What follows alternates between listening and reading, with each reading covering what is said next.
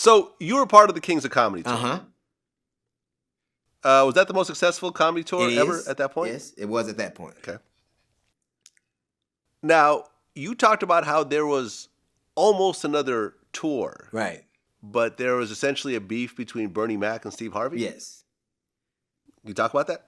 Well, I think we were, I remember I was at the golf course and we were getting ready to put it together and everybody was all excited.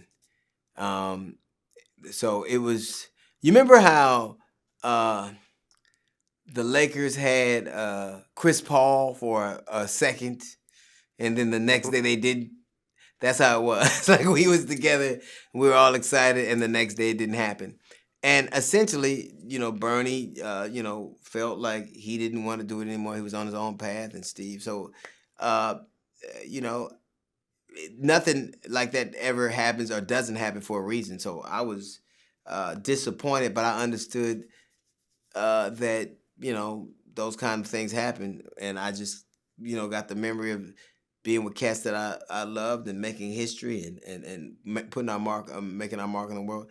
And I love doing it with the comedy Get Down with me and George and Sid and Eddie Griffin. So and Charlie Murphy before he passed. So to me, it was just it was something nobody could ever take away from you, and regardless of what people think about it, it was magical. And I've had a few of those kind of experiences that you just kind of transcend the moment, and it's just kind of dope.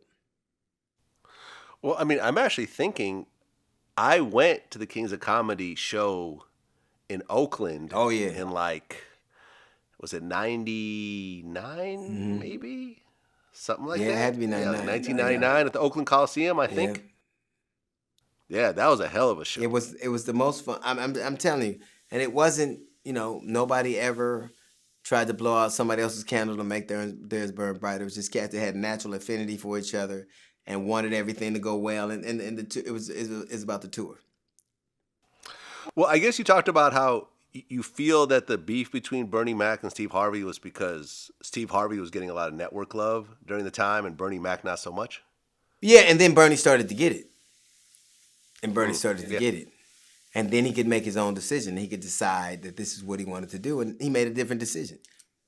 So, yeah, I think that, Steve at one point was, uber successful, and then Bernie started to, because he didn't ever think he would get the opportunity he got. But once he did, America loved him, like we all kind of knew they would, and he decided to go a different way. And no one resented it. Like, we were just like, that's dope for you, man. You go and do your thing. How did you feel when you got that phone call about Bernie? Because I don't think anyone saw it coming. Did you see it coming at all? Well, here's the thing, and I talk about this all the time. It had been a couple of weeks earlier, we had gotten a similar call where they talked about how Bernie was gone. We called, and of course it wasn't true. So I was on this really tough run. I had all these dates, and I said, what I'll do is I know he's sick, so I'll play this run, and then I'll go see my friend. Like, he'll be all right. I'll play this run. And then, of course, I was on the run, and then I got the call while I was in Vegas, and he was, in fact, dead. And one of the first things people say is, he knew you loved him. And I'm like, that's not really, how do you know that that's true if I didn't tell him? So I think that things like that, like I remember when my old man was dying, and he had lung cancer and he couldn't hear. And women are always like, he can hear you. He knows you're there. No, he doesn't. That's something we say to each other. But the only time that people actually know how you feel is if you tell them or show them when they're cognizant enough to know it. Yeah. So it's just, I think we say a lot of things, particularly around death, that make us feel more comfortable than the people we're supposed to be comforting. No, I feel you. Now, one of the things, as I was going through, our research for this interview, I didn't realize that you and T.K. Kirkland actually have a history. T.K. Kirkland was my mentor. He was my mentor for a very long time.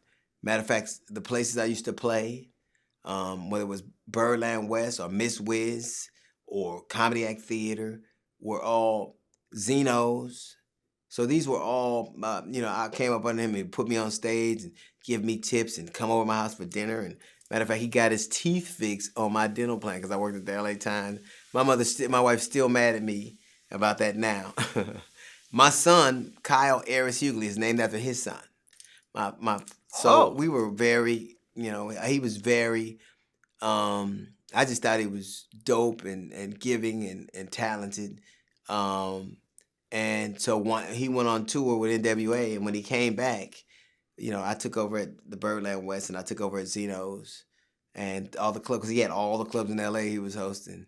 And when he came back, they're like, "We're gonna stay with you," and that caused a little bit of attention, friction, and it was weird for a little while. But I still have nothing but respect and gratefulness for the position he put me in. yeah. I mean, he's a regular Yeah, I on see him. Vlad I see him TV. all the time. Yeah, yeah. He's been there a bunch of times, man. One of the funniest and one of the funniest guests, man. Always. He's Uh, dope. He's very dope. and completely unapologetic. Says he's never gonna get married. Yeah. Says he's gonna maintain multiple girlfriends. Well, it's He don't kind of care. late now. It's kind of late now. Might as well finish this whole thing. Go for the ride. Yeah, I don't blame him. I don't blame him.